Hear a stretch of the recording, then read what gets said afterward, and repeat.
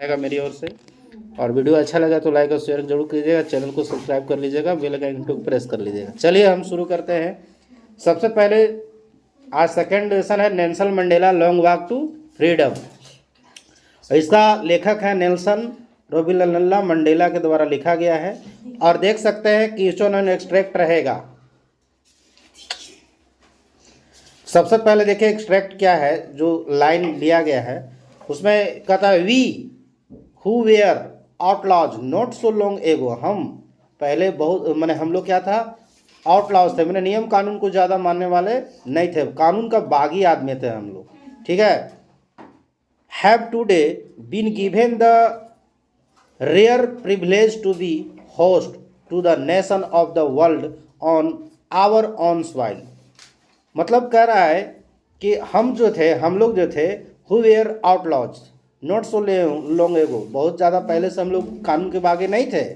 Have today जो कि क्या हुआ है आज से, बीन गिवन द रेयर, एक रेयर मतलब खास विचित्र, privilege to be host to the nation, जो राष्ट्र का एक होस्ट का मतलब होता है मेज़बानी करना, ठीक है। तो मेज़बानी के लिए एक मौका दिया गया है अपने खुद की धरती पर, सॉइल पर। ये नेल्सन मंडेला से लिया गया है। उसके बाद we thanks all of our distinguished international guest, जो हमारे खास नेता हैं इंटरनेशनल चाहे अंतर्राष्ट्रीय दूसरे देशों से चल कर आए हैं, उसको बहुत धन्यवाद देना चाहते हैं, ठीक है। गेस्ट जो हमारे मेहमान हैं, जो नेता लोग आए हैं, for having come to take possession with the people of our country of parties after all common victory for a justice for a peace और ह्यूमन डिग्निटी। जो इसमें कह रहा है पैसेज में कि जो हमारे देश में बाहरी से जो लोग आए हैं, अंतर्राष्ट्रीय से जो दुनिया के सब नेता लोग आए हैं, हमारे देश के लोगों को की ओर से बहुत बहुत धन्यवाद है। और हमारे यहाँ एक अंतिम में नेल्सन मंडेला को जीत मिला था, वहाँ पे कांग्रेस पार्टी था, कांग्रेस पार्टी में उनको पहली बार, क्योंकि वहाँ पर काले लोग और गोरे लोग का एकदम डिफरेंस था, वहाँ पर एक डिस्क्रिमिनेंट था, बहुत अंतर था। तो काले लोग में सभी लोग मिलजुल करके एक जस्टिस पर, न्याय और फॉर ए पीस, शांति और ह्यूमन डिग्निटी के पर जीत हुआ था, कॉमन विक्ट्री हुआ था वहाँ पर। पहले गोरे लोगों का शासन चलता था। तो चलिए यहाँ पर ये था आपका पैसेज को बहुत ही अच्छा से समझ लेना पड़ता है, तभी जवाब दे पाइएगा क्या है। तो चलिए हम बताते हैं। इसका लिखा है who is a narrating the above lines. Above lines को कौन मतलब नारेट कर रहा है, कौन ऐसा बोल रहा है, तो आपको मैं बता देता हूँ। ये इसका जो नारेटर है ये है नेल्सन मंडेला, खुद इस बात को बोल रहे हैं, ठीक है। पहला ऑप्शन ये सही होगा। अगला, it is the victory of human dignity. What does this means, इसका मतलब क्या होता है, तो सब होगा। It is a quality, it is of liberty, स्वतंत्रता होगा, क्वालिटी नहीं इक्वालिटी है, सॉरी, इक्वालिटी मतलब समानता, हाँ। इट इज़ ऑफ लाइबर्टी, स्वतंत्रता, it is of A self respect, स्वयं का आदर, ऑल ऑफ द अबव। तो ये सारे चीज़ होगा, अपना खुद भी मान सम्मान के लिए था ये। तो what does distinguish mean in the passage, distinguished के मतलब क्या होता है इस पैसेज में, तो इनवाइटेड मैंने आमंत्रित करना, या रिस्पेक्टेड आमंत्रण करना, या विक्ट्री या जीत, या ओवरवेल्म्ड होगा। तो इसका राइट आंसर होगा रिस्पेक्टेड। या डिस्टिंग जो आदरणीय होते हैं, ऑनरेबल होते हैं, उसी को कहा जाता है। चलिए नेक्स्ट क्या है, who were the honoured guest, कौन थे ऑनर्ड गेस्ट, जो बाहर से लोग आए थे, सम्मानित गेस्ट कौन थे, तो आउटलास थे, या पीपल ऑफ साउथ अफ्रीका, या फिर वर्ल्ड लीडर्स। तो नहीं, दुनिया का सारा लीडर्स आए थे, बाहर से लोग आए थे, वही लोग क्या थे, तो एक तरह से ऑनर्ड गेस्ट थे। चलिए नेक्स्ट क्या है, आगे मैं आपको बताता हूँ। नेल्सन मंडेला वाज, अब यहाँ से तो जो देख रहे हैं ये है multiple choice question, MCQ type question है। और यहाँ से आपको बहुत सारे क्वेश्चन आपको 2024 में जो परीक्षा आप देंगे, कितने तारीख है, 26 तारीख को, उसमें आपका परीक्षा में आने वाला है, लास्ट एग्जाम है आप लोगों का।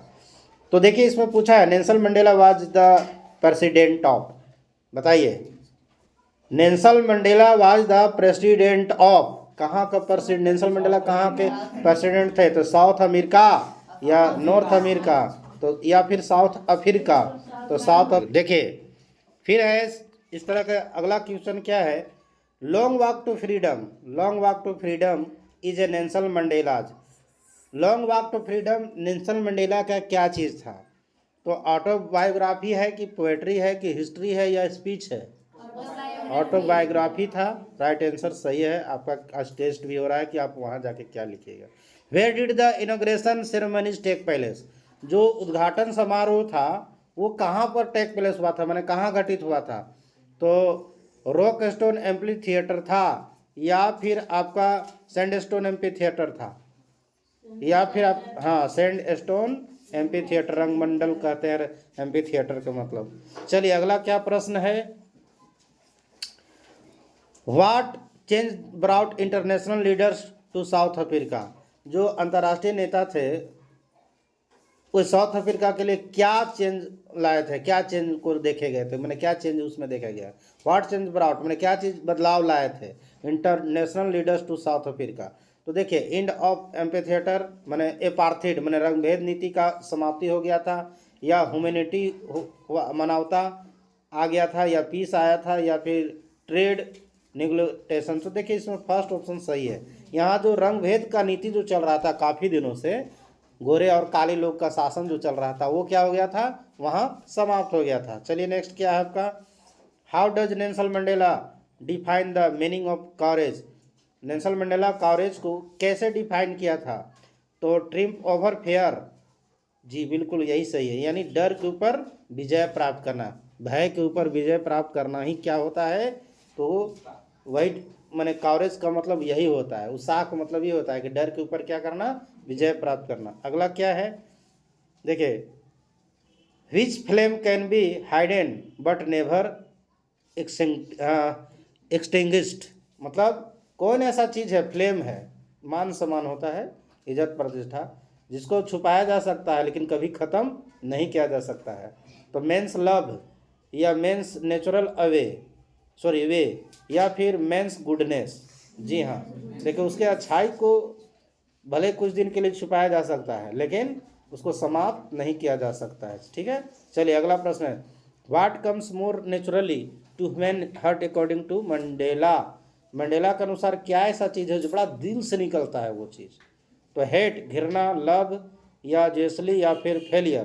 तो जो लव है वो दिल से निकलता है ना, प्रेम दिल से होता है, जबरदस्ती नहीं कोई होता है। ठीक है, चलिए अगला प्रश्न, who according to Mandela is not free? सुनिए, who according to Mandela is not freely, मैंने कौन जो है सो मंडेला के अनुसार फ्री नहीं है इस दुनिया में? तो ऑपरेसर मैंने सताने वाला, या ऑपरेस्ड जो सताया गया, या एक और दो दोनों? तो दोनों जो है सो बोथ एंड दोनों, सताने वाला भी जो कष्ट दे रहा है वो स्वतंत्र नहीं है, और जो कष्ट झेल रहा है वो बेचारा वो तो गुलाम तो है ये है। ठीक ना, जो सता रहा है वो एक ड्यूटी दे दिया कि तो परेशान करना है तो करना है, वो स्वतंत्र नहीं है। चलिए अगला प्रश्न है, विच party did Nelson Mandela join? कौन से पार्टी में नेल्सन मंडेला ज्वाइन किए थे? इंडियन नेशनल कांग्रेस क्या अफ्रीकन नेशनल कांग्रेस? तो अफ्रीकन नेशनल कांग्रेस पार्टी में ज्वाइन किए थे। चलिए अगला प्रश्न क्या है, what changes Mandela's life? Mandela के जीवन में क्या परिवर्तन हुआ था? तो मंडेला का जीवन को क्या चीज परिवर्तन किया था? Unemployment, hunger for freedom. तो हंगर फॉर फ्रीडम, वो स्वतंत्रता चाहते थे जिंदगी में। ठीक है, मंडेला जी क्या चाहते थे? हंगर फॉर फ्रीडम, माने आज़ादी के लिए भूखे थे बेचारे हुए, सोचते थे कि हम भी आज़ाद हो जाए और हमारा कंट्री भी आज़ाद हो जाए। According to Mandela how many obligation every man has? चलिए बताइए, according to Mandela how many obligation every man has? तो सभी आदमी के पास कितने ऑब्लिगेशन है? ऑब्लिगेशन का मतलब होता है दायित्व। क्या होता है? दायित्व होता है। तो सभी आदमी के पास कितना दायित्व था बताइए, कितना दायित्व होता है? तो 1 2 5 या 4? 2 होता है ना। 1 is his country and 1 is his family.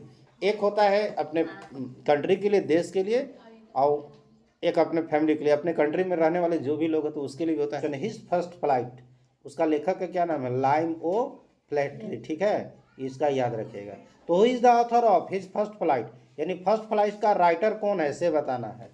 तो लाइम ओ फ्लैटरी हो जाएगा पहला। अगला प्रश्न क्या है, the lesson his first flight is about? जो लेसन है हिज फर्स्ट फ्लाइट वो किसके बारे में है? तो फार्मर के बारे में है कि गर्ल के बारे में है कि सीगुल के बारे में है या साइंटिस्ट के बारे में है? तो राइट आंसर कौन सा होगा? सीगुल के बारे में, यंग सीगुल के बारे में है। कैसा सीगुल? तो ये यंग सीगुल है, यंग सीगुल छोटा सा सीगुल है, उसके बारे में यहाँ पर एक मतलब इसमें बताया गया है। चलिए अगला बताइए क्या है। अगला प्रश्न है, चलिए बताइए, आर यू रेडी? बताइए, what was the seagull afraid? Seagull afraid करता था, क्यों? अफ्रेड की मतलब क्या होता है? डरना। तो क्या होता था? अफ्रेड ऑफ, क्या चीज़ से डरता था? उड़ने से डरता था ना। तो रनिंग, स्विमिंग या फ्लाइंग, तो ये जो कौन सा सही जवाब होगा? तो ये फ्लाइंग सही राइट आंसर हो जाएगा, फ्लाइंग होगा ना। चलिए अगला प्रश्न क्या है, why was the young seagull afraid to fly? Young seagull क्यों उड़ने से डरता था? बताइए। तो there was vast ocean before him, क्या उसके सामने बहुत भयानक मतलब ओशियन था इसलिए, या फिर तो यही राइट आंसर होगा। ओके, बिल्कुल राइट आंसर है। नेक्स्ट क्या है आपका? The young seagull was afraid to fly because, जो यंग सीगुल था वो उड़ने से डरता था, बिकॉज क्योंकि, अब इसका यहाँ जवाब है, क्या देना है? बिकॉज ही थॉट दैट कि his wings would not support him, या फिर he did not have the courage to fly, मतलब वो सोचता था कि उसका पंख जवाब नहीं देगा, सपोर्ट नहीं करेगा, या फिर he did not have the courage to fly, या उसके पास साहस नहीं था उड़ने के लिए, या he was frightened by the vast sea beneath, जो नीचे समुद्र उसके नज़र आ रहा था उससे बहुत फ्राइटेंड था, मैंने डरा हुआ था। फ्राइटेंड का मतलब क्या होता है? इसका मतलब भी होता है डरना, याद रख लीजिएगा। तो क्या उससे भी होता है, या फिर ऑल ऑफ दिस? तो ऑल ऑफ दिस सही होगा, सारा चीज़ उसके पास था इसलिए वो डरा हुआ था। नेक्स्ट क्या है? अकॉर्डिंग टू, देखिए according to what did his parents, नहीं, according to young seagull who will not support him in flying, कौन जैसे उसको उड़ने में सपोर्ट नहीं कर रहा था? According to the young seagull, मैंने जो छोटा समुद्री शिशु पक्षी था उसके अनुसार, who will not support him in flying, कौन जो है उड़ने में उसको मदद नहीं कर रहा था? तो हेड बॉडी, या हिज लेग्स, या फिर मैंने, या फिर हिज विंग्स, या हिज फैमिली, कौन नहीं मदद कर रहे थे? तो उसका विंग्स मदद नहीं कर रहा था, पंखे जवाब दे देता, इसलिए वो डर नहीं उड़ रहा था। ठीक है। अगला, what did his parents threaten him with if he did not Phule away, जब वो नहीं उड़ रहा था तो उसके माता पिता क्या मतलब धमकी दे रहे थे? To never talk to him, कि उससे कभी बात नहीं करेंगे, मैंने ये वाला होगा नेवर टॉक टू हिम, या फिर टू पनिश हिम, या फिर कि मैंने उसको दंडित करेंगे, या टू स्टार्व हिम, या उसको भूखा छोड़ देंगे, या फिर अबेंडम, या त्याग देंगे। तो इसका राइट आंसर कौन सा होगा? इसका राइट सही जवाब आपका ये वाला कि स्टार्व हिम, कि तुमको भूखा छोड़ देंगे, नहीं उड़ेगा तो। ठीक है। अगला क्या है? What food did the seagull mother get for it, जो मदर थे, व्हाट फूड मैंने कौन सा भोजन, डिड द सीगुल्स मदर, मैंने सीगुल को मदर जो है उसके लिए भोजन लाई थी। तो अर्थ और मैंने केचुआ लाई थी, या फिर फिश लाई थी, या इंसेक्ट, या फिर रोडेंट, तो ये फिश लाई थी, एक प्रकार के मछली को पकड़ के लाई थी, उसका चीड़ करके पैर में फंसा के ना। अगला क्या है प्रश्न? द साइट ऑफ, खाली जगह, मैडेंड हिम, क्या चीज साइट में होता है? दृष्ट, क्या होता है? दृष्ट। तो साइट जो था उसको मैंने क्या कर रहा था, मैंने क्या कर रहा था, मैंने बहुत ही पागल बना रहा था, मैडेंड मैंने पागल बनाना, हिम, तो हिज ब्रोथरिंग फ्लाइंग, या फिर his sibling enjoying with him, या फिर फूड, तो इसमें फूड भराएगा, कौन भराएगा? जो फूड था उसको भोजन का दृश्य देख करके उसका माथा पगला गया ना, हम वैसे ही उड़ते है ना, हम भी पकड़ते, हम भी चिढ़ते, हम भी फाड़ते। अगला देखिए क्या है? What urged him to make his first flight, क्या चीज़ मतलब अर्ज किया था मैंने कि हमको उड़ने के लिए, मतलब ये what urged him to make his first flight, तो देखिए द साइट ऑफ फूड, मैंने क्या ऐसा चीज़ था जो उसको पहली बार उड़ने के लिए मैंने अर्ज किया, मैंने मजबूर किया था या मदद किया था? The sight of the food, जी हाँ बिल्कुल राइट आंसर वन होगा। भोजने देख करके तो बेचारा लालच में जो है सो उड़ लेता कि चाहे जो होगा, अब हम डूबेंगे चाहे मरेंगे, अब चलते हैं। तो what compelled the young seagull to dive at the fish, क्या ऐसा चीज़ था कि यंग सीगुल को, छोटा शिशु समुद्री पक्षी को उसको मैंने डाइव लगाना पड़ा। क्या ऐसा मजबूरी हुआ? कॉम्पेल्ड तो मतलब होता है मजबूर होना या फिर उसको लेकर के प्रतिबंधित होना। तो हंगर, सेल्फ रेस्पेक्ट या मैडनेस या ऑल ऑफ द अबव? तो नहीं, हंगर, क्योंकि भूख लगा था उसको, 3-4 दिन से नहीं खाना खाया था, तो इसीलिए वो क्या किया था, मतलब वो मजबूरी में डाइव लगा दिया था, है ना? यही था ना जी, क्या और कुछ है? चलिए, ऐसे लॉन्ग भी कुछ कुछ है प्रश्न, जैसे कि how did the young seagull parents teach him the art of flying? उड़ने के लिए क्यों, मतलब वो कैसे सिखाए थे? तो ये अकॉर्डिंग टू आप देख लीजिएगा एक बार, या फिर ऐसे बोला describe how the young seagull made his first flight. उड़ने को लिए पहली बार कैसे सीखा था? वाई हवाई was young seagull afraid to fly? What compelled the young seagull, है ना, टू फाइनली फ्लाई? मैंने इसका जवाब कहता हूँ 3-4 तरह से पूछेगा, जवाब आपको यही देना है। जैसे मान लो इसका राइट आंसर क्या होगा, मैं आपको बता देता हूँ, ठीक है? राइट आंसर तो दिया है आपका, लॉन्ग है थोड़ा सा, एक क्वेश्चन इसको डिस्कस कर देता हूँ। देखिए समझा देता हूँ इसको। मैंने जैसे कहा describe how the young seagull, है ना, मेड हिज फर्स्ट फ्लाइट, मैंने पहली बार अपना यंग सीगुल कैसे उड़ान भरा था। या फिर how did the young seagull parents teach him the art of flying, कैसे उसके माता पिता ने उसको उड़ने की कला, सारा चीज़ कला को बारे में सिखाए थे। देखिए the young seagull was alone on the ledge, ledge का मतलब होता है सीला फलक, है ना। यंग सीगुल जो समुद्री पक्षी था वो एलोन था, एलोन मतलब अकेला था, कहाँ पर? तो सीला फलक पर था, है ना। He was very hungry, hungry का मतलब भूखा होता है, बहुत ही भूखा था, है ना। ही सा हिज मदर, उसने अपनी माता को देखता है कि she was standing on A plateau, मतलब पठार होता है, कुछ पत्थर चट्टान जैसा होता है, वहाँ पर खड़ा देखा। सी वाज ईटिंग फिश, वह जो क्या कर रही थी उसकी माता, तो फिश खा रही थी, मछली खा रही थी। द यंग सीगुल कैक्ट अलाउड, जो यंग सीगुल था जोर से चिल्लाता है, काव काव किया। ही बेग्ड, मैंने भीख मांगा, मतलब इसे भीख मांगना होता है, लेकिन उसने प्रार्थना किया कि her to bring him some food, की हमरे लिए कुछ भोजन लाओ, है ना, अपने लिए कुछ भोजन की मांग किया। She picked up a piece of fish and flew to him, उसने एक पीस मछली का टुकड़ा उठाती है और उसके सामने लान करके उड़ने लगती है। She stopped where the piece of fish, अब वहाँ पर फिश का टुकड़ा लेकर के वहाँ पर रुक जाती है, इतना नज़दीक उड़ जाती है। Was almost within reach of his beak, मैंने लगा कि मैंने उसका चोंच के पास पहुँच ही जाए, लेकिन उतना भी नहीं कि मैंने पहुँच जाए। But she did not come near, अब उससे आगे आ ही नहीं रही है, ऐसा लग रहा है कि बस 2 कदम बस चोंच लफा देंगे, लफा करके बस मैंने हम पकड़ ही लेंगे, ऐसा मतलब इतना नज़दीक लान करके फिश का टुकड़ा लेकर के मड़राने लगी। बेइंग मेड विथ हंगर, भूख से पागल होकर के, the seagull dive at the fish, उसने मछली पर गोता लगा देगा, जे होगा अब उसको पकड़ के खा लेंगे, है ना। ही फाउंड हिमसेल्फ, है ना, फॉलिंग आउटवर्ड्स एंड डाउनवर्ड्स, कभी ऊपर उठ रहा है तो कभी नीचे जा रहा है, ये सब नीचे गिरने लगता। He was filled with fair, डर से बेचारा भर गया, है ना। सुन जल्दी हिज विंग्स, है ना, स्पेयर्ड आउट, बाहर निकलता है, छितराने लगता है। And he began to fly, और उड़ने लगता है। He saw the other members of his family, वो फिर बाद में देखता है कि उसके और भी फैमिली मेंबर थे, वो भी साथ में जो है सो उड़ रहे हैं, ठीक है। और इस तरह से they made his first flight, इस तरह से अपना पहली उड़ान उसने भर लिया था, ठीक है जी। देखो अब क्या है, अगला प्रश्न है, अगला आपका चैप्टर जो आने वाला है द ब्लैक एरोप्लेन, ये भी आपका चैप्टर है, बहुत ही एक एक्सट्रैक्ट दिया गया है। और क्या है एक्सट्रैक्ट, थोड़ा ध्यान से देखेंगे, मैं आपको पूरा समझाने वाला हूँ क्या है। देखिए क्वेश्चन ऑन एक्सट्रैक्ट एक रहेगा जो फ्रेडरिक फॉर्सिथ के द्वारा लिखा गया है, the black aeroplane. Extract the moon was coming up in the east, जो पूरब में जो चांद ऊपर चढ़ता आ रहा है, बिहाइंड मी, मेरे आगे।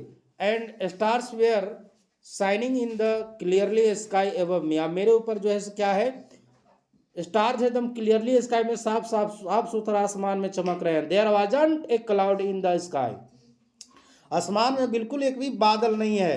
आई वॉज हैप्पी टू, है ना, be alone with high up above the sleeping countryside, जहाज क्षेत्र में बहुत सारे लोग सो रहे थे, उसके ऊपर मैं जहाज को उड़ाते हुए काफ़ी खुश था। द ब्लैक एरोप्लेन था एक, इस कहानी में ब्लैक एरोप्लेन के बारे में कहानी में पढ़ा चुका हूँ, और ये आज थोड़ा शॉर्ट रिवेंज है, इसलिए मैं आपको बता रहा हूँ ऐसे ही direct. I was flying my old Dakota, old Dakota लेकर के उड़ रहा था, एरोप्लेन था, नाम था ओल्ड ओकेडा।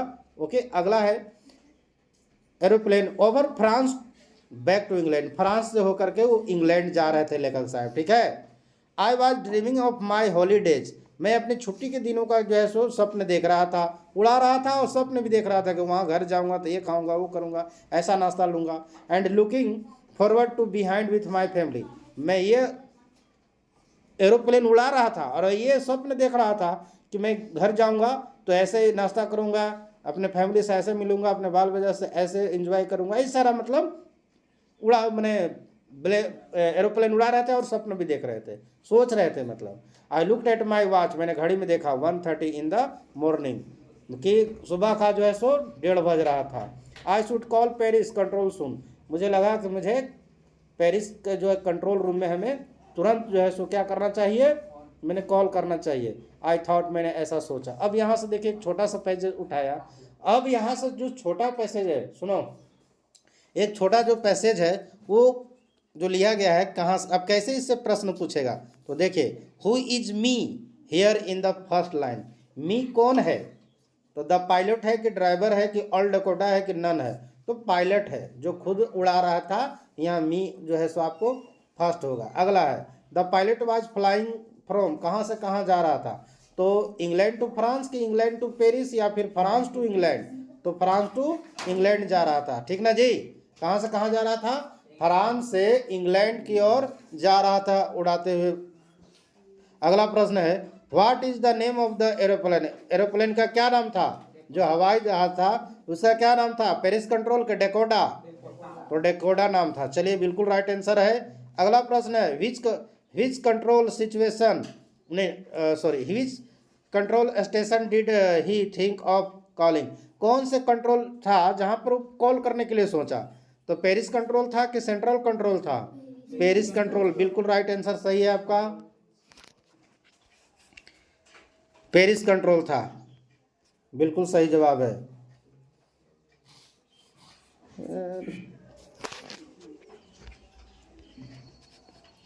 तो देखिए पेरिस कंट्रोल था ना, तो देखिए यहाँ अगला है विच वर्ड, तो पेरिस कंट्रोल आपका राइट आंसर होगा।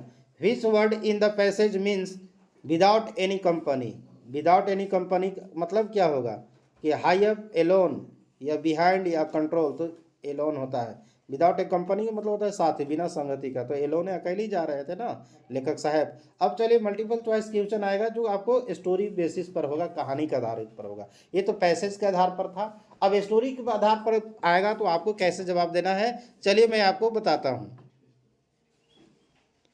देखिए लिखा हुआ है who is the author of the black aeroplane, तो एन फ्रैंक जी नहीं, तो डायरी फ्रॉम, ये वाला तो डायरी वाला एन फ्रैंक है, तो कहानी खत्म। फ्रेडरिक फॉर्सिथ, जी हाँ यही होगा, क्या होगा, यही होगा, सेकेंड ऑप्शन राइट आंसर है। चलिए अगला प्रश्न क्या है,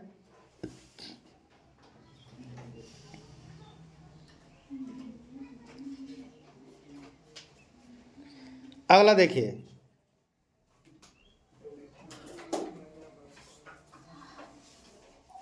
what was the purpose behind calling Paris control, क्या उद्देश्य से उसने पेरिस कंट्रोल को कॉल किया था, to know about air traffic, या to know the direction of the route, या to know the details about landing, या नन ऑफ द एबव, क्या इसका राइट आंसर होने वाला है, हाँ यानी क्या दूसरा जवाब है, to know the direction of the route, कि भाई हम सही डायरेक्शन में जा रहे हैं कि नहीं जा रहे हैं। चलिए अगला प्रश्न क्या है, how far was the plane from Paris when he pilot was saw the storm, को जब तूफान देखा तो कितना किलोमीटर आगे निकल गया था, तो 152 किलोमीटर्स, कितना निकल गया था, यानी 150 किलोमीटर आगे निकल चुका था। नेक्स्ट क्या है, what looked like black mountains, क्या ऐसा चीज़ था एकदम काले पहाड़ की तरह दिख रहा था, स्टॉर्म क्लाउड, जी हाँ तूफान भरा बादल दिख रहा था। आगे which of the pilots instrument stopped working fast, पहले कौन सा इंस्ट्रूमेंट काम करना बंद कर दिया था, तो कंपास, रेडियो या इंजन या क्लॉक, पहले कंपास भी बंद कर दिया था क्योंकि डायरेक्शन बताता है ना।